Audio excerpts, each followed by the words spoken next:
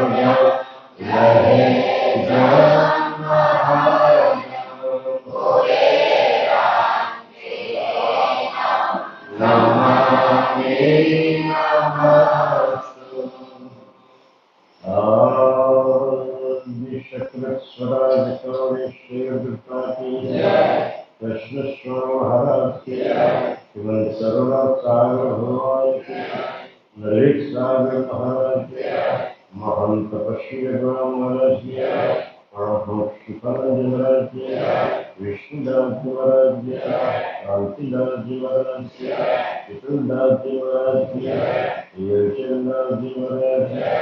सर्व संतन की सर्वदेव की गुरुदानी शास्त्र गुरु जी आयो पंथ की प्रदायगी भारत की अंतिम प्रथम वेद की जरा स्थान की धर्मवाचन प्रारंभ समय का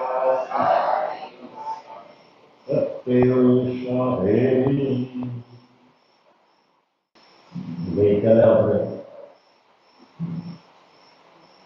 પરમ વિશેષ પરમ ગુરુ વિશેષ નું આગમન કેમ થયું?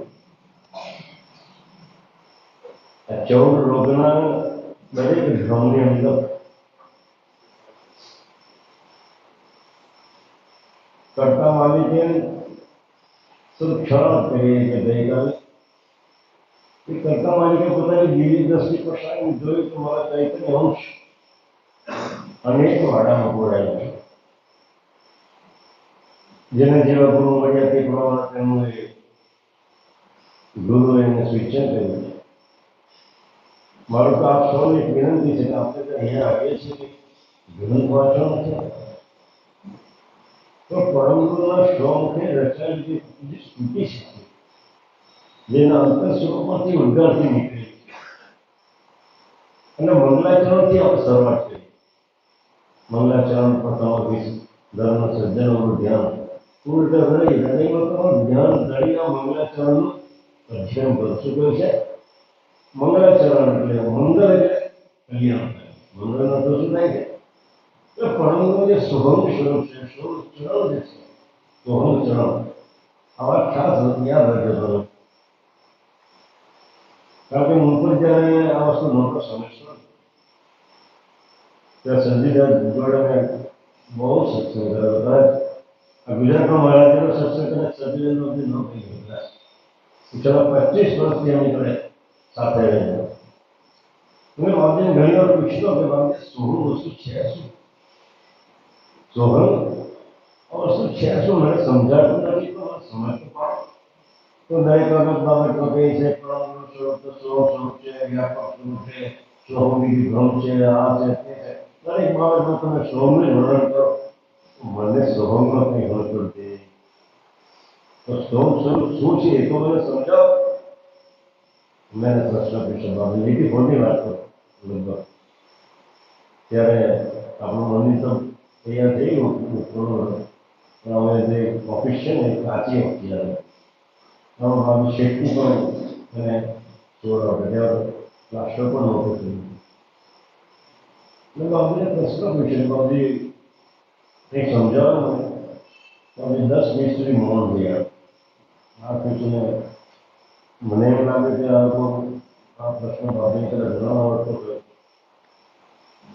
અને મેં પૂછીને એને શંકર પણ મૂક્યા હોય એવું મને લાગે. એ પછી થઈ ફરી પાછી પૂછ્યું બાબુજીને કે બાબુજી જે પ્રશ્ન કર્યો તો તમને ખ્યાલ છે? જવાબ નહીં આવતો. 5 મિનિટ થઈ, 7 મિનિટ થઈ, 10 મિનિટ થઈ પછી મારી પણ ધીરે તો તમે જુઓ તો ખરા. બાબુજી 6 જવાને મૂકી દો હવે મારે નથી આપણે બીજું હાથ થાય. તો મેં પણ મક્કમ હોય. અને બાપજીએ પછી મને કીધું જુદા એક પેલું દર્શન તો સમજી લેવું. મેં ઘણી વાર કહું ફરીથી આવે જે લોકો નથી આવતો તે લોકો માટે બી આ ઉદાહરણ છે. જે હવે દર્શન આપો તો મેં જેમ જેમ બાપજી બોલતા હતા તેમ તેમ પૂરા સાગરનું લખતો આટલું આનું ભળે મેં લખેલું. મને લખવાની સ્કીલ બી એટલી નહીં ભણતો પણ કે મારા પ્રોફેસર જે બોલે ને જે પ્રોફેસર બોલે ને એટલું સસરા લખું એટલે મારા સુંદર અક્ષર મારી અક્ષર એટલે મેં લખી દીધું આ થોડું આગળ પડી દીધું. મને પહેલું જ દ્રષ્ટા નહીં કરો બાપજી.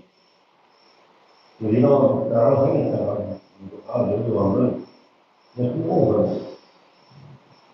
એની અંદર પથ્થર નાખો ને આપણે ઘણી વાર કીધું છે પણ જે લોકો નવા બહેનો આવ્યા છે જે લોકો વાત ન સમજી હોય તો સોહમની વસ્તુ જાણવા જેવી છે, જિંદગીની અંદર ઉતારવા જેવી છે. એ જ આપણું જીવન છે એટલે એના માટે જાણવું જરૂરી છે.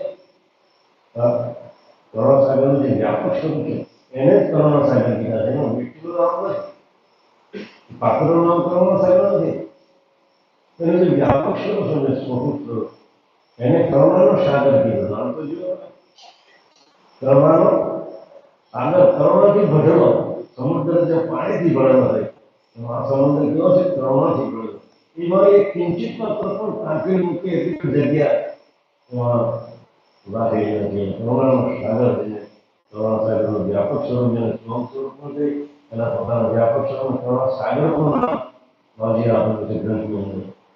અજર સાગર તો ઘણું ઘણું કરીએ કરુણા સાગર બાજી છે.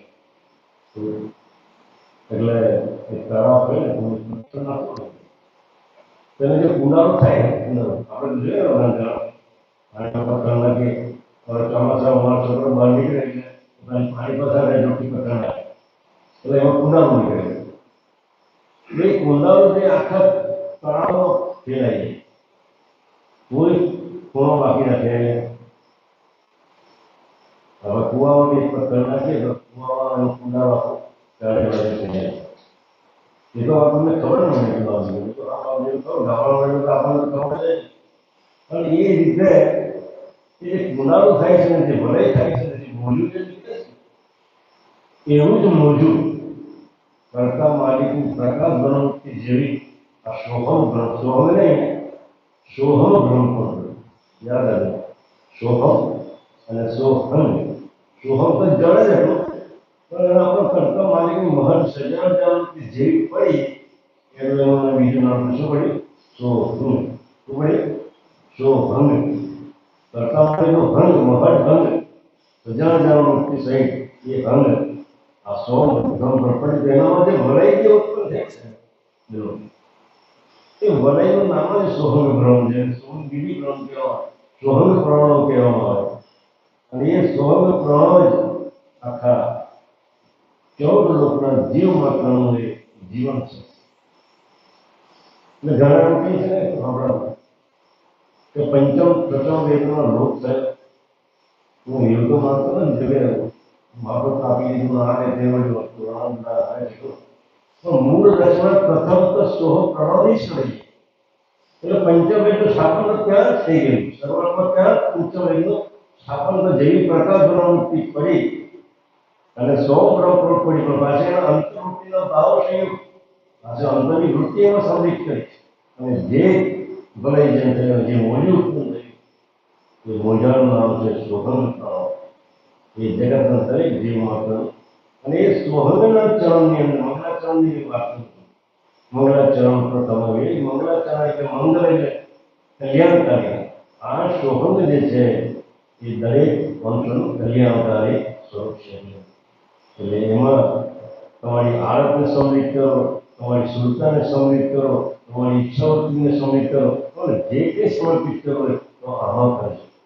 અને એમાં કર્યા પછી તમે આ ગ્રંથનું અધ્યયન કરજો તો તમારી ચિત્તવૃત્તિને પણ ત્યાં ઠીક કરજો, તમારી આરાધના વિચાર લઈ લેજો, બધું જ એને એમાં તમે સમર્પિત કરજો. તો આ વસ્તુ આ મુદ્દો તમને સમજાઈ ગયો છે, ત્યાં સુધી સમજાશે.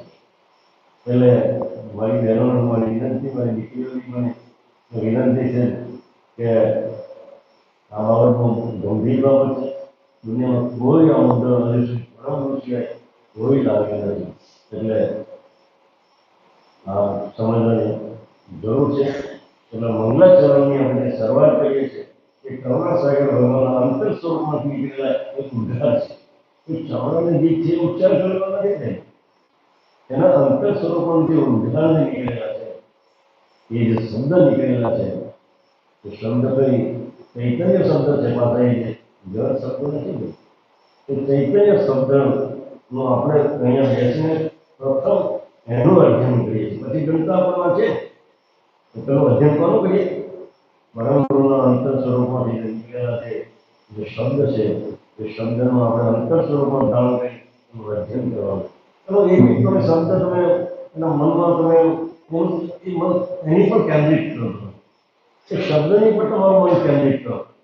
તમે કહો આખી પ્રાર્થના તમે કરો વાંચો તો તારે જય દેવ જય દેવ જય સૃષ્ટિ કરતા એ સૃષ્ટિ તમે જો તારા અંતરના ભાવશયથી તમે ગાઓ તો તમારા આંખમાંથી આંસુ નહીં આવે. તમારું મને કહે એવી રચના છે સુતાનંદ બાબુ. તમે વિચાર કરો કે પરમની સાથે કેટલા એક ઓતપ્રોતો છે. જેમ તૈવરને કૈવરના રહેતા એક નીચે લક્ષણ રહેતા તૈવરની સાથે પરમની સાથે સુતાનંદ પણ એક ઓતપ્રોત રહેતા. પણ એવું નથી શકે.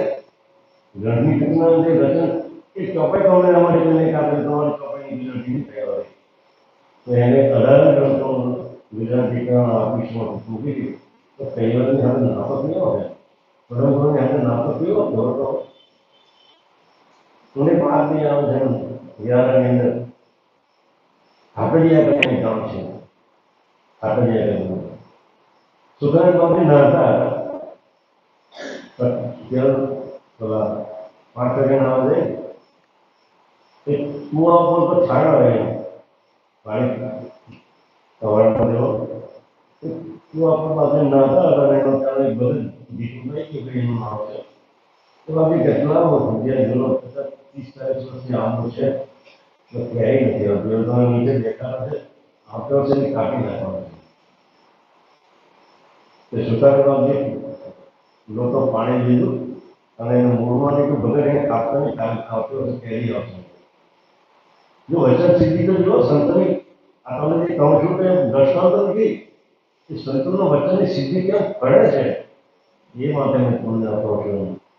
એટલે સંતના જે લોકો નિંદા કરે છે જે લોકો શું કરે છે એની અદેખાઈ કરે છે નિંદા કરે છે એનો તો આ ભાવમાં કરે જેમાં મનુષ્ય કાંઈ મળવાનું નથી. એની સોળ ચેલેન્જ તો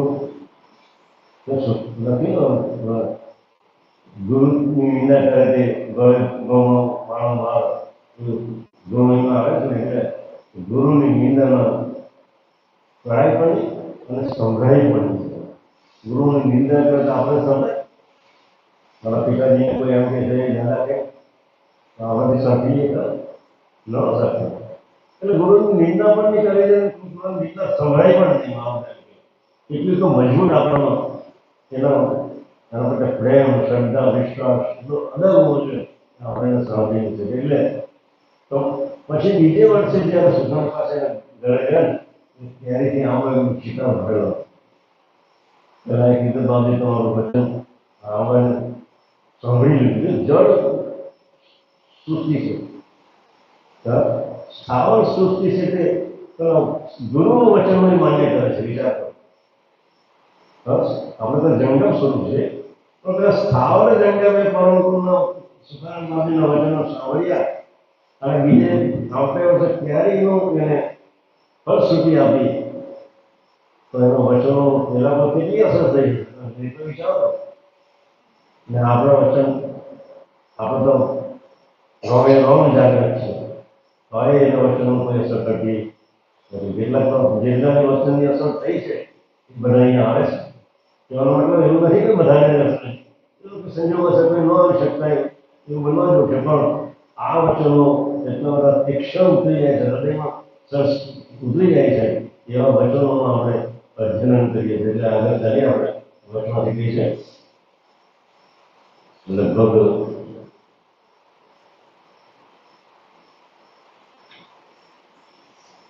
આપણે નીચ કરતા બાપ અને આપનું સ્વરૂપ આપ એ ઉભયની પ્રગટ તગડ કડાકાર પ્રતિથી સર્વને દર્શાવી. અહો પરમ ગુરુનો સિદ્ધાંત એક જ છે, આદિ દ્વૈત જગતના સત્યનો છે. હું આવો આદિ દ્વૈત ન હોવો જોઈએ, આવો અદ્વૈત હોવો જોઈએ. પ્રિન્ટિંગ મિસ્ટેક છે એમાં. એટલે અદ્વૈત જગતના સત્યનો છે એ વિશે સ્પષ્ટ સમજાવવા દર્શન આપું છું તે સાંભળો. જેમ વાલ્મીકીએ રામાયણ બહુ પ્રકારના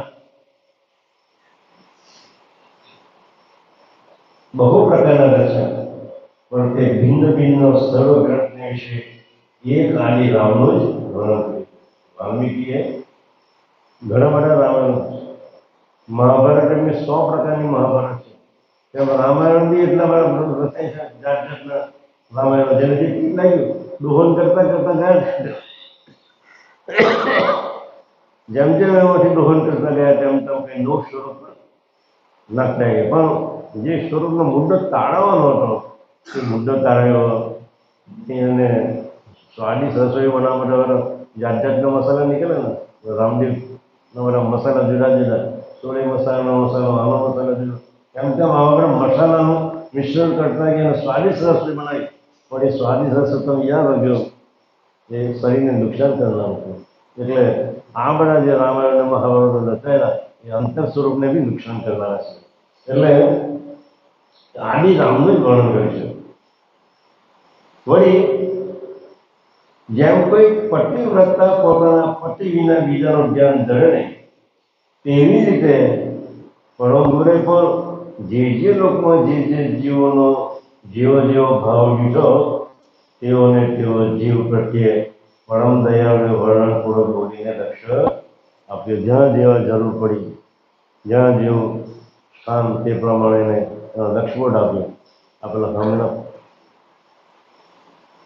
આપણા પિલર પર બધા પરમ ગુરુના નામ લખેલા છે. છેલ્લા જંબુદીપમાં ઉગતા પહેલા છેલ્લા 7 ધામો છે, એમાં પરમ પુરુષ તરીકે એને નામાકરણ કર્યું. તો મારું નામ પરમ પુરુષ બી જપશો ને તો તમે કૈવલ્ય પદને પામી શકો, તો તમે તમારા અંતર સ્વરૂપને પામી શકો. પરમ પુરુષ નામ છે, અંકુરધન છે, ત્રપાનિધિ છે, આવા 21 નામો છે. એમાં 7 નામ તો પરમ પુરુષને છે. એટલે મારો કહેવાનો એટલો છે, કૈવલ કરો, પરમ પુરુષ હશો, પરમ ગુરુ લખો, કૈવલ વેદતાનું નામ જપો, એમાં કોઈ ફરક નથી. આખરે તો તમારો અંતર્ભાવ તો ત્યાં જ પહોંચવાનો છે. એટલે દયાળુ કહે છે મેં જ્યાં જ્યાં જરૂર પડી, જે માં ગયા પંડિતોને કાશીમાં ગયા તો મેં વેદ ધર્મનું સ્થાપન કર્યું. કાશીમાં તો વેદને વધારે માન્યતા આપે અને વેદનો મુખ્ય મંત્ર છે રામ. અયોધ્યામાં તો રામની પ્રતિષ્ઠા કરી. પણ પેલા દશરથના પુત્રને એ લોકો રામ માને, તો તે રામની વાત અહીંયા વાલ્મીકીએ કરેલી. પછી આ રામ તો રમેતી રામ, જે ગદગદમાં જે વ્યાપક છે, જે સોહંગ પ્રણવ જે છે એ રામની વાત કરી. પેલા કવિ સાહેબ તો 5 પ્રકારના રામની વાત કરી. એક રામ ગટગટ બોલે, બીજા રામ દશરથ ગમ બોલે, એક રામ ગટગટ એટલે જે સોહમ પ્રણવ જે છે, ઓમકાર પ્રણવ સોરી, એ ઓમકાર પ્રણવને પણ રામ કીધો. અને ગટગટમાં બોલે એટલે એ ઓમ પ્રણવ, ઓમકાર પ્રણવ. અને દશરથના ઘેર જે બોલે છે, દશરથના ઘેર જે પુત્ર રૂપે જન્મેલો છે એ રામ. એક રામ गटगट बोले, दूजा राम दशरथ गट बोले, तीसरा राम है सकल प्रसार, चौथा राम है सबसे न्यारा. જે सबसे न्यारा એટલે કરતા માલિકનો જે પ્રકાશ જે છે ને, પ્રકાશ, એને પણ રામ કીધું છે. કહત કબીરા સુનો ભાઈ સાડુ, પંચમ રામ કહે જાપ હમાર. મારું નામ તો મારું સ્વરૂપ હું ઘણું ધ્યાન ધરું છું. 5મા વેદનું સોહમ પ્રણવનું મેં ધ્યાન ધરું, એ જ બીજો 5મો વેદ ધ્યાન રામ છે. એટલે જુદી જુદી જગ્યાએ બાપજીએ એનું વર્ણન કર્યું. તેમાં એક સકટ સત્કર્મનો જ બોધ અને હેતુ દર્શાવ્યો. જ્યાં પણ ગયા ત્યાં એક કૈવલ કર્તાનું સ્થાપન કર્યું, કોઈ બીજાનું સ્થાપન કર્યું, કોઈના શહેરમાં તણાઈને કંઈ બીજું એનું સ્થાપન કર્યું. કારણ કે વિશ્વાસઘાત થોડોક થાય. આપણે તો કોઈ મેસેજ આપ્યો તો વચમાં એનું નામ પેલું મનના અંતસ્કરણ એને કંઈ ભેટફાટ થાય તો એનું બીજું અનુકરણ કંઈ કરીએ ને. આ તો પરમ ગુરુનો પાત્વિક પુત્ર, કરતા માલિકનો પાત્વિક પુત્ર, એને વચન આપેલું કે તમારા જે મને કંઈ સમજાવ્યું છે, મને જે કહ્યું છે એ પ્રમાણેનો જ મેં ઉપદેશ કરી, એ પ્રમાણેનું જ જ્ઞાન આપીશ, એ પ્રમાણેનો જ મેં લક્ષ્ય આપીશ. એમાં કોઈ જાતનો કિંચિત માત્ર ફેરફાર થશે.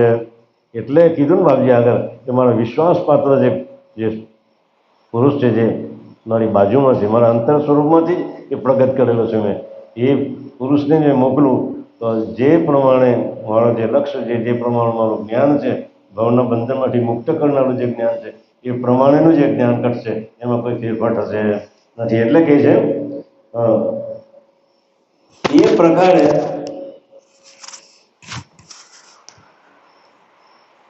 સકલ લોકને વિશે પુષ્કર આદિ દ્વીપમાં અયોની સંભવે એટલે સ્વયં ભૂરૂપે ઠેક ઠેકાણા પ્રતિને આદિ ગમ તથા નીચ કરતાના ભજનની જ નવાઈ દર્શાવીને અનંત અંશોને બહુ પારંગત છે. 7 દ્વીપની અંદર કોઈ જગ્યાએ યોગી તરીકે પ્રગટ થયા, કોઈ જગ્યાએ બાળ સ્વરૂપ કરે છે, પણ મૂળ લક્ષ્મી ભૂલ્યા. ગર્ભમાં તો કદી આવ્યા જ નથી, કોઈ જગ્યાએ એવું લખ્યું નથી મેં ગર્ભયોનીમાંથી આવ્યો છું. એટલે આપણે સમજાવી દીધું લોકોને કે ભાઈ તો બાપજી તો ગર્ભયોનીમાં આવે, એવું તો કંઈ લખ્યું નથી. પણ આપણી બુદ્ધિ નીચે થઈ ગયેલી છે, એટલે એના સ્વરૂપને આપણે હજુ ઓળખી શકતા. કારણ કે બુદ્ધિ હોય તો એનું ચિત્રણ કરે ને, જ્યાં સુધી બુદ્ધિ એનું ચિત્રણ ન કરે ત્યાં સુધી એ સ્વરૂપને આપણે સમજી શકતા નથી. એટલે કહે છે આ છેલ્લા જંબુદ્વીપને વિશે બદ્રિકાશ્રમ આવીને નર નારાયણની આદ્ય અપાર અંશોને અનેક પ્રકારે લક્ષબોધ તથા નીચ કરતાનું ભજન બતાવીને બહુ પારંગત રહ્યા છે. શ્વસમ વેદનો સિદ્ધાંત એકદેશી શકયતા પ્રકાશક હોય, ભ્રમ તેનો પ્રકાશ. ભ્રમ શું છે? એનો પ્રકાશ છે. આ ભ્રમ સિદ્ધાંતિઓ પાસે એમ સમજે કે હું પોતે જ ભ્રમ છું, મારે કોઈ ક્રિયા કરવાની રહેતી. કારણ કે ભ્રમ છે તેને કોઈ ક્રિયા કરવાની રહેતી જ નથી.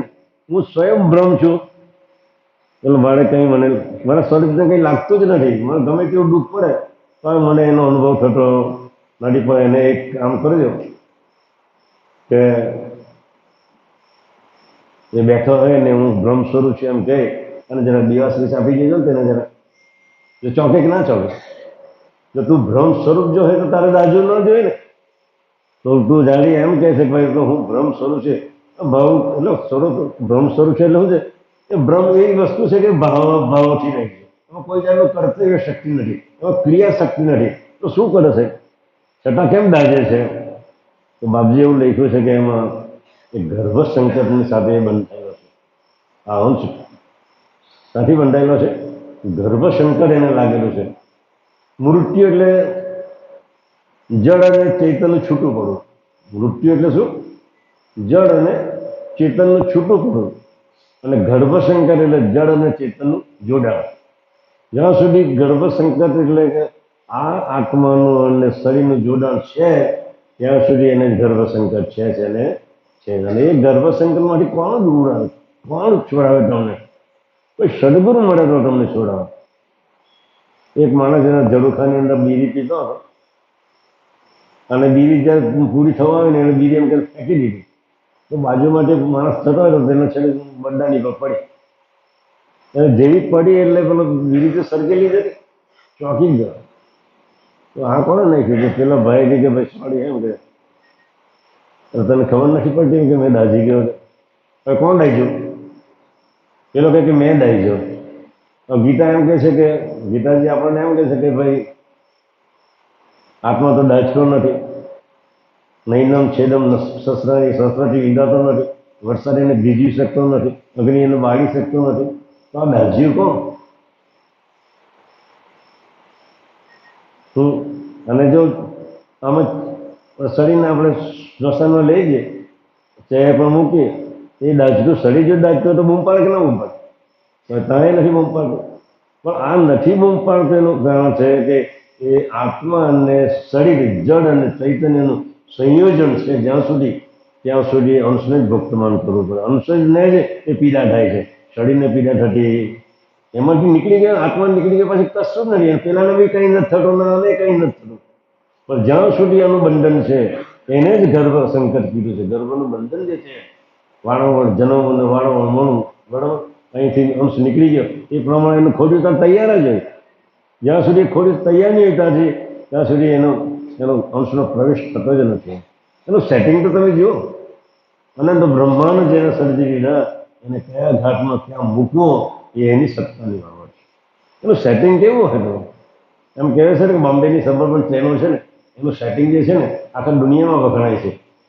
બોમ્બેની જે બધી ટ્રેનો દોડે છે ને સબઅર્બન ટ્રેનો, એમ કહે કે આખા એશિયામાં એનું મેનેજમેન્ટ, આપણું ટ્રેન ચલાવવાનું જે મેનેજમેન્ટ છે ને આખા એશિયામાં વખણાય છે. બોમ્બેનું કામ આ ટ્રેનો 2 મિનિટ ટ્રેન આવતો, વિચાર કરો.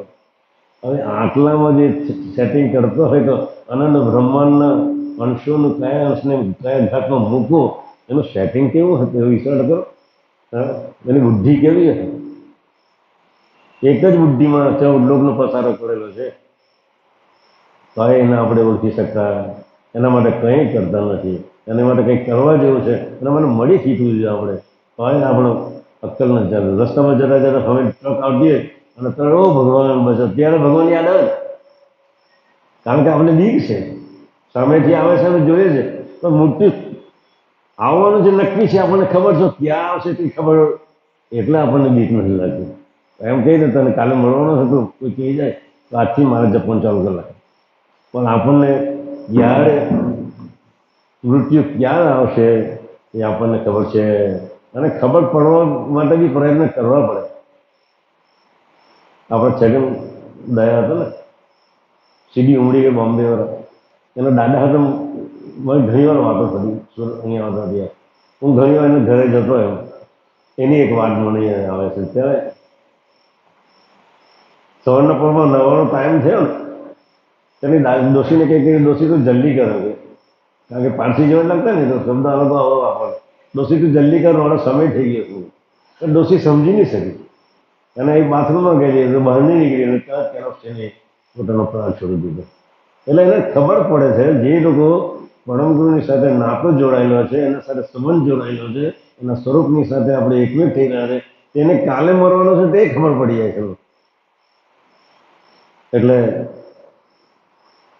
કાશીની અંદર દયાળુ જાય છે. નરનારાયણની અંદર અપાર અંશોને અનેક પ્રકારે લક્ષ્મણ અને નીચ કરતાનું ભજન બતાવીને પારંગત કર્યા છે. શ્વસનવેદનો સિદ્ધાંત એક દિશી સકળતા પ્રકાશક હોય, બ્રહ્મ તેનો પ્રકાશ છે. વળી કૈવત પર અચળ હોય તેના શુદ્ધ સંકલ્પ વડે, છેલ્લી 3 લાઈન, તેના શુદ્ધ સંકલ્પ વડે તત્વો તથા અંશ ઉપજાવીને અનન્ય પ્રકારનો ખેલ ખેલવા રચના કરી છે. હવે રચના કેમ કરશે એ આગળમાં હવે આવશે. કઈ રીતે રચના કરી, કેમ કરી, એટલે રચના કરી. એમાં પ્રથમ કયા પ્રકારના કેટલા તત્વો ઉપજાવ્યા અને કેટલા પ્રકારના અંશ સર્જીને બોધ લખ્યો, ખેલ લખ્યો, તે વિશેનો દેશ હું તમને દેખાવું છું કે હે સર્વ સંતજનો, અંતરપ્રીતિએ કરી સર્વ ઉત્પત્તિને સાંભળજો. શું કહે છે હવે? સુષમ વેદ સત્સંકલ્પ તત્વ સર્જન કૃત નિરૂપણ વિધિ અંગ પ્રકર પાંચમું. શું છે? સુષમ વેદ સત્સંકલ્પ. સંકલ્પ કેવો છે? સાચો સંકલ્પ. આપણે બધા સંકલ્પ કેવો છે? જૂઠા સંકલ્પ. સંકલ્પ વિકલ્પો આપણે બધા જૂઠા થાય. આજે સંકલ્પ કરીએ કે ચાલો હું સુરત જવાનું છે, ત્રીજા ક્ષણ કે કોઈ બીજાને કે ચાલી મારી જોડે રસ્તામાં, એટલે સંકલ્પને આપણે મૂકી દઈએ અને બીજાની હારે ચાલ્યા જઈએ. એ સત્સંકલ્પ નથી. કરતા માલિકનો સત્સંકલ્પ, એમાં કોઈ જાતની ઉણપ હોય નહીં. એટલે દયા કહે છે, આગળ કહે છે પ્રકલ્પના આદિ અનાદિ નિજ કરતા પાડાવાર શૂન્યની વિશે. આદિ એટલે એનો કોઈ શરૂઆતી નથી, અંતે નથી અને એનો નાશે નથી. એનો આદિ કહેવામાં આવે. એટલે જ કરતા માલિકે કૈવલને 5 સંબોધન કરેલા કે જેને તમે કરતા માલિક સમજશો. કોઈ એમ વિચાર છે કે ભાઈ તમે કૈવલ કરતા જ છો કે કૈવલ જગતનો કરતા, તમારા રામ બી જગતનો કરતા છે, તો તેના માટે એને 5 વિશેષણ આપે. તમે જે દાવો કરો, જેને તમે દાવો કરો અને 5 વિશેષણો મેં સમજાવું છું. આદ્ય સક્રત સ્વરાજ કંસ ને કૈવલ, એ 5 વિશેષણ જેને અંગીકૃત થતા હોય, જેના સ્વરૂપને લાગતા હોય, જેના શરીરને અંગીકૃત થતા હોય, એવા 5 સ્વરૂપો જેને લાગે તો સમજી લેજો કે આ જગત કરતા છે. એટલે દયાળુ કેવા હતા? આદિ અનાદિના નીચ કરતા પારાવાર, કોઈ જેનું કોઈ તેનો કોઈ સીમા નહીં મળે. એ શૂન્યને વિશે દયાળુ કહે છે. શૂન્ય એટલું બધું વિશાળ છે ને કે જેનું વર્ણન તો હું નથી કરી શકતો, એનું માપ હું નથી કાઢી શકતો. પણ મારું જે પ્રકાશ બ્રહ્મવૃત્તિનો જે પ્રકાશ છે, મારો જે પ્રકાશ છે, એ અનંત બ્રહ્માંડ સુધી પસરેલો છે. પણ તેની પાર જે શૂન્ય છે ને, જે શૂન્ય, જે અંધકાર જેને પોલ કહેવામાં આવે, એનો તો કોઈ પાર છે નથી. અહીંયા આપણે બેઠા છે અને બાજુમાં અંધારું દેખાય, એને કોઈ, અહીંયા પ્રકાશમાં આપણે બેઠા, પણ બાજુમાં કેવું છે? અંધકાર. એટલે મારો જ્યાં જ્યાં પ્રકાશ છે ત્યાં સુધી મારી સૃષ્ટિ છે, પણ શૂન્યની કોઈ સીમા નથી. એનો કોઈ માપ મૂકી શકે તેવું નથી. એટલે કે શૂન્યને વિશે અદ્વૈત એક જ છે. અદ્વૈતનો મતલબ શું થાય? અદ્વૈત એટલે બીજો નથી, એક જ અખંડ, જેની ખંડ જિંદગીમાં કદી પણ થતી નથી. અચળ, ચડે નહીં, હાલે પણ ડોલે નહીં. અમર, પોતે એકાંકી, એક જ સ્વરૂપ છે. દ્વૈત ઉપજળના ભાવ સિવાય એના બિરાજમાન અવિરામ કરીને જતા હતા. આ કૈવલ કરતાને પ્રથમ ઉપજન ઉપજ્યું. શું ઉપજ્યું? પેલું ઉપજન. શરૂઆત કરે છે સૃષ્ટિમાં મંડાણ થયેલું છે, એટલે પેલા શું ઉપજ્યું? ઉપજન ઉપજ્યું. આપણે જ્યારે ઊંઘેલા હોય ને અને કંઈ ભાવ ફળીને આપણે સૂતા હોય ને, તો ચાલો મારે બરોડામાં ઇન્ટરવ્યૂ છે, મારે 5 વાગે ઉઠવાનું છે, 7ની ગાડી પકડવાની છે, એટલે જે ભાવ ફળીને તમે સૂતા હોય ને, તો તમને 5 વાગે વગર આલારામે તમને ઉઠાડી દે છે. આલારામ પણ કંઈ જરૂર પડતી નથી, કારણ કે ત્યાં શું છે? ભાવ ભળીને આપણે સૂટેલા હતા. એ ભાવ તમને ત્યાં જાગૃત કરે છે. દયા એવો ભાવ મારા પર તમે કરો ને તો તમને સદાય જાગ્રત અવસ્થામાં જ રાખું, તમને ઊંઘવા ન દઉં. જાગ્રત અવસ્થામાં જ રાખું. એટલે શું કહે છે? પોતે કૈવલ કરતાને પ્રથમ ઉપજણ ઉપજી. પણ ઉપજણ ઉપજી જેમ કોઈ પુરુષ નિંદ્રામાંથી અચાનક જાગ્રત થાય, એવી રીતે આ ફેરે ઉપજણ ઉપજી. ઉપજણ ઉપજવાનું કારણ એ હતું, એને ભાવ ભણેલો હતો. શું કે અત્યારે મેં સૃષ્ટિ બનાવી છે, હવે પછી આ સૃષ્ટિને મેં સમિતિ મારી ઉપજણ સંયુક્ત, ઉપજણ પરમગુણના અંતર સ્વરૂપમાં સમય છે. ઉપજણથી જગતની રચના થઈ, એમાંથી ઉપજણથી સંકલ્પ થાય અને સંકલ્પથી જગતની રચના થઈ. પણ જે સંકલ્પ થાય તે ઉપજનમાં સમાશે અને ઉપજણ કરતા માલિકના અંતર સ્વરૂપમાં સમાશે. પણ ઉપજણનો નાશ થતો, ઉપજણનો તો નાશ થાય તો બીજી સૃષ્ટિની રચના કરે કેવી રીતે? એટલે એને જે ભાવ ભળીને સૂટેલા હોય ને આપણે તે પ્રમાણે કર્તા માલિક પણ આગલી જે સૃષ્ટિ રચેલી હતી, હવે પછી મારી બીજા પ્રકારની સૃષ્ટિ રચવી છે, એવો જે ભાવ ભળીને સૂટેલા હતા તો તેને ઉપજન ઉપજી. એટલે ઉપજન ઉપજી. આ ઉપજનની પહેલા કર્તા માલિક ઉપજનની પહેલા કર્તાને અલૌકિક સંકલ્પ અને ઉપજન ઉપજેલા તે વડે કેટલાક કાળ સૃષ્ટિ રચેલી. તો આગળ સૃષ્ટિ રચેલી તેની પર વાત કરે.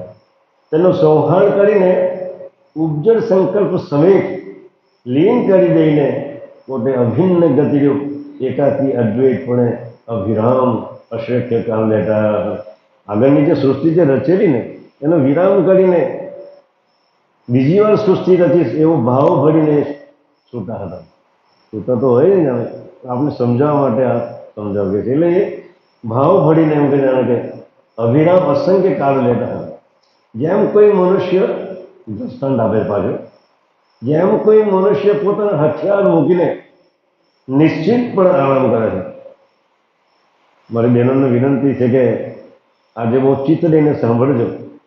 કાલ સુધી તમને કોઈ પ્રશ્ન પૂછે કે ભાઈ આ રચના કેમ કરી, તો તેને જવાબ આપવા માટે તાકાત આપણામાં હોવી જોઈએ. પછી અહીંયા આવીને કાલે કથામાં ગયા તો ત્યારે કાલે જીવનભાઈ બહુ મજા આવે કથા મજા કરવા કથા કરવાના નથી. તમારા અંતર સ્વરૂપની અંદર એને એકાગ્ર કરો. બસ 3 મહિના પછી પેલા માણેકથાળી પૂનમ જે આવે ને, તો માણેકથાળી પૂનમની અંદર છે તે છીપ નામની માછલી અંતરિક્ષની અંદર ઉછરીને એનું બુંદ ગ્રહણ કરે. અને બુંદ ગ્રહણ કે જેટલી અંતરિક્ષમાં ઉડે અને બુંદને ગ્રહણ કરે એટલું ઉત્તમ મોટી પાકે. પણ ક્યારે પાકે? એ જેવું શીપ નામની માછલી એનો મોંમાં એને એવી જગ્યાએ ગોઠવે, એવી જગ્યાએ સીલ કરી દે દરિયાનું ખારું પાણી પણ એને સ્પર્શ કરવા દે નહીં. તેમ તારા અંતર સ્વરૂપની અંદર મારું જે લક્ષ્ય બોધ છે, એ બુંદ જે છે, એ બુંદને તમે ગ્રહણ કરીને તારા અંતર હૃદયની અંદર જે સીલ કરી દેશે તો તું પણ જેમ બુંદમાં પેલા દરિયામાંથી મોટી ઉત્તમ પાકે છે તેમ તું પણ આ સમાજની અંદર ઉત્તમ પાકે. દયાળુ આપણને આ બાબતો સમજાવે છે. એટલે કહે છે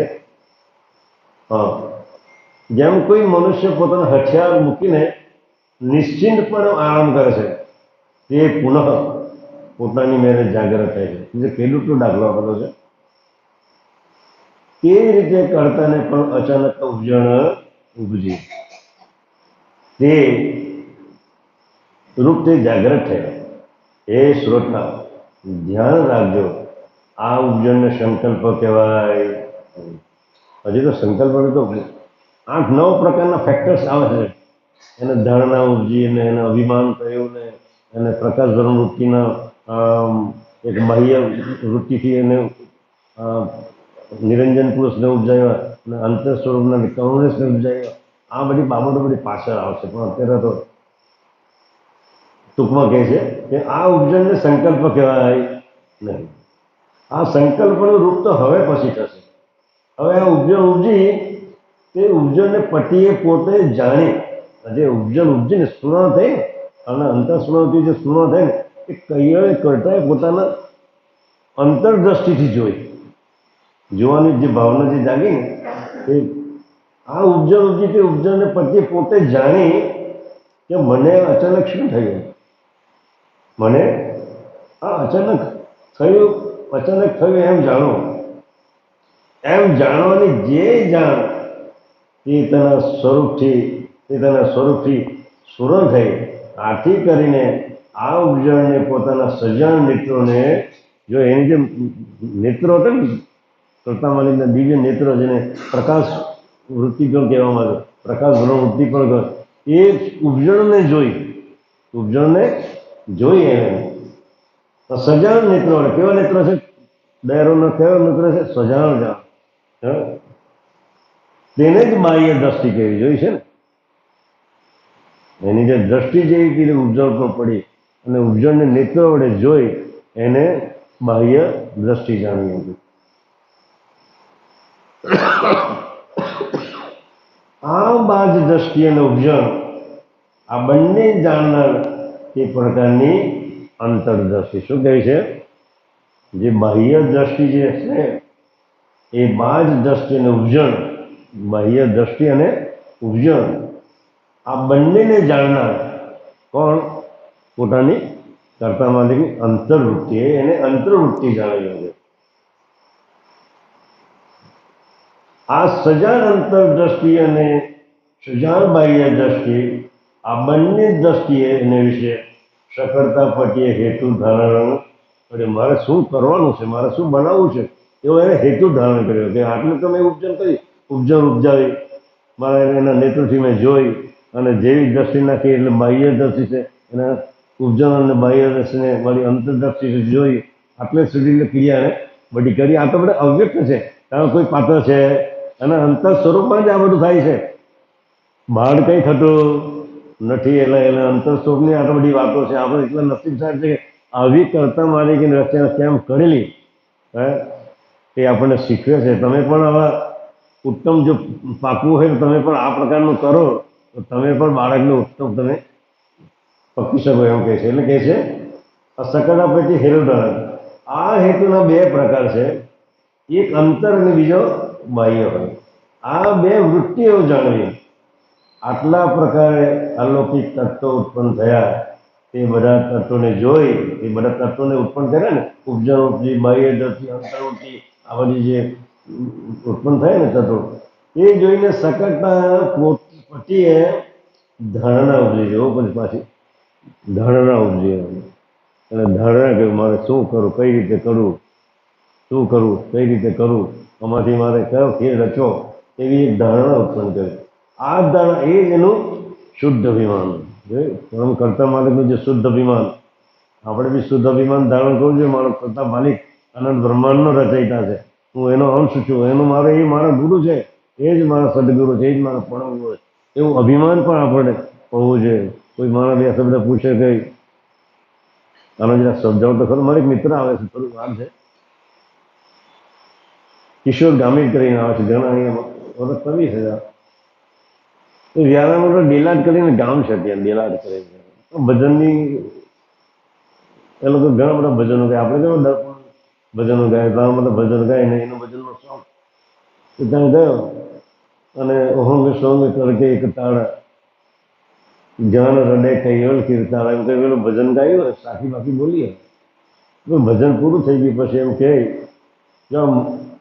હું અભિમાન નથી કરતો, આ તો વાત છે હરકી સત્ય. તમને એમ કે આ જીવનભાઈ વધારે પડતું બોલે છે ને આમને તેમને એવું નથી. એ ત્યાં ભજન પૂરું થઈ ગયું, પેલા પૂછ્યું કે ભાઈ આ ઓહંગ ને સોંગ છે શું, મને તો સમજાવતા ખરો ભાઈ. તો ભજન તો ગાયું ભાઈ, પણ ઓહંગ ને સોંગ નો મને કંઈ અર્થ સમજાવવાનું જરા કહ્યું કે ભાઈ અમે તો ભજન ગાય છે, કંઈ સમજતા. ભજન ગાઓ છો તો એનો અર્થ બી સમજવો જોઈએ. વચમાં એક બીજી એક મને વાત આવી, પણ ઘણા ગામડે ભજન કરવા ગયેલા આપણે મહિનભાઈ ને દેવજીભાઈ ને મણીલાલ ને એવા બધા ઘણા બધા ત્યાં ગલા ગામડે. તો આપણા ગામમાં પેલો કરીએ આવતો ને ડાયાભાઈ કરીએ, એ ડાયાભાઈ કરીને ગામ ગયેલા અમે ભજન કરવા. બહુ વર્ષો પહેલાં, ત્યારે કાંતિભાઈ થયા હતા. ભજન કરવા ગયા ત્યારે 4-5 જે કાકાઓ બધા, અમે તો પહોંચી ગયા, પણ દેવજી ભગત ને કાંતિને લોકો બીજી બસમાં, નંબર નહીં લાગી ગયેલો, બીજી બસમાં આવવાનું. તો પેલા ભાઈ મને પૂછવા આવ્યા કે તમે ભજન કરો ને? કે હા કાંઠી અમે રૂમ રાખીએ કે અમારા પ્રશ્નનો જવાબ તમે આપશો કે તો તમે ખરા કહીએ તો ભજન કરતા તમે બરાબર છે. કે મને થોડી ચટપટી લાગી કે હાલ હું પ્રશ્ન પૂછવાનો. એવામાં પછી કલાક પછી એ લોકો આવી ગયા, દેવજીભાઈ ને કાંતિભાઈ ને બધા ભજનમાં. અમે તો બેઠા બધા જમીને 9 વાગે બેઠા. એ બધા કાકા જે 5-6 જણા હતા ને એ થોડી અંતર બેસી ગયા પાછા, કારણ કે પ્રશ્ન પૂછવાનો હતો ને એ થોડા અંતર બેસી ગયા. એટલે કાંતિભાઈની બાજુમાં મેં બેઠા આવો પેલું કાંતિભાઈ તારે ભજન જે મેં કાઢું ને એ જ ગાવાનું છે, બીજા તારે ગાવાના નથી. એટલે ડાયરીમાંથી નારાયણદાસ બાપજી બધે પદો, સુતમના પદો એ બધા કાઢીને જેમ જેમ ગાતો જાય તેમ તેમ મેં એને મૂકતો જાઉં. તે પ્રમાણે પેલો ગાતો જાય. 9 વાગ્યાના ભજન ચાલુ થયેલા બેન, 2 વાગે જ્યારે ભજન બંધ થયા, રિસર્ચ કરી ચા પાણી કરવાનું. પેલા ભાઈઓ ચૂપચાપ ઉઠીને ચાલ્યા ગયા, કોઈ પ્રશ્ન પૂછવા રહ્યા. ભજનની છણાવટ જ એવી કે મેં પેલા પાસે કરાવી કે એનું દરેક ભજનનો આશય પરમ ગુરુ સિવાય કોઈ બીજો નીકળતો નહીં. લક્ષ ભજન બધી નાના બાબીના પદોની અંદર. એટલે આવા બધા પ્રશ્ન પૂછવા નીકળે. એટલે પેલો ભાઈએ ત્યાં પ્રશ્ન પૂછ્યો તો પેલા વ્યારાવાળા ભાઈ કહ્યું, ભાઈ અમને ખબર નથી, ઉમરામાં જીવનભાઈ છે ત્યાં પ્રશ્ન તેને પૂછજો ને, એ બધું તમને કહેશે. ત્રીજે જ દાડે ચોથે દાડે મારા ત્યાં આવ્યો, મને કાંઈ સમજાવો નહીં, મેં ત્યાં પ્રશ્ન પૂછ્યો, કોઈ નહીં આવ્યું. એટલે મેં 1.5 કલાક સુધી સમજાવ્યું, ભાઈ આ સોંગ ને સોંગ આ રીતે શરીરમાં કામ કરે છે. એ જ એક તાર છે જેને તારાથી કરો જે ઉપર ચડે છે, એ જ તારે આપણે ઉપર પરમ પટીને પ્રાપ્ત કરવાનું છે. એ બધી વાત સમજાવી. મહિના 15 દાડાની અંદર એક વાર દર્શન કરવા આવે. એટલે કહેવાનો મતલબ જ્યાં સુધી આપણે, મારો કહેવાનો મતલબ આ છે કે જ્યાં સુધી આપણે બોલીએ પણ એનો અર્થઘટન જ ન આવડતો હોય. જગતની રચનાનો જે મુદ્દો છે એ તો દરેક અંશે આપણે જાણવો જોઈએ. વારંવાર વાંચો, આ કોઈ ઇઝી બાબત નથી. તમે એકવાર વાંચો તમારા મગજને થશે નહીં. વારંવાર તમે વાંચજો તો જ તમને આ મુદ્દો સમજાય ગયો છે. એટલે દયાળુ કહે છે અંતરદ્રષ્ટિ વાળી આ સજાન અંતરદ્રષ્ટિ અને સજાન બાહ્ય દ્રષ્ટિ, આ બંને દ્રષ્ટિને વિશે શકટાપટ્ટીએ હેતુ ધારણ કર્યો. આ હેતુના 2 પ્રકાર છે, એક અંતર અને બીજો બાહ્ય. આમ 2 વૃત્તિઓ જાણવી. આટલા પ્રકારે અલૌકિક તત્વો ઉત્પન્ન કર્યા. એ બધા તત્વોને જોઈ શકટાપટ્ટીએ ધારણા ઉપજી. આ ધારણા એ જ શુદ્ધ અભિમાન છે. કર્તા માલિકનું અભિમાન છે, ત્યાં કોઈ બીજું છે જ નહીં. અભિમાન ક્યારે થાય? મારી બાજુમાં કોઈ બેસી હોય તો અભિમાન આવે ને. કોઈ નહીં તો કોની સાથે અભિમાન ધારણ કરું? કોને કહેવું? રૂમની અંદર બેઠો બેઠો કે હું દાદો છું કોઈ કહું? હે, કોને કહેવાય? નહીં કહેવાય નહીં. એટલે કહેવાય આ પ્રકારે શુદ્ધ અભિમાન જાણવું. આ શુદ્ધ અભિમાન વડે ઉપજેલા સકળ તત્વોને પોતે નિર્ણય કરીને જોયું તો શકટાપટ્ટીનો અકર વિચારરૂપ સજાણપણું જાણો. તેના વિશે દેખાવની તરફ જાણવાની જે ભાવના થઈ એ તમે આરત જાણજો. જાણવાની જે આરત, કરતા માલિકને બી આરત છે કે ભાઈ મેં આટલે સુધી તો બધું તત્વોનું ઉપજન કર્યું, તો શું મતલબ શું મારો એ જાણવું તો જોઈએ ને. એટલે એને શું થયું? એ જાણવાની એને આરત જાગી. એમ આરત તો એને આરત જાણવી. આટલા પ્રકારે એક ઉપજ્યા પછી તે સુના થઈ. ત્યારે તેનો પોતાનો સજાણપણે કરીને વિચાર કરવા લાગ્યા કે આપણે એકી અવસ્થા ક્યાં બેસી ગયા છે. પછી વિચાર આવ્યો કે આટલું તત્વ તો મેં ઉત્પન્ન કર્યા, પણ હું કેમ એકલો બેસી રહ્યો છું? હું જે કંઈ કરવા જાણું તો હું કરી શકું તેમ છું. એટલે હવે પછીનો મુદ્દો આવતીકાલે જોઈશું.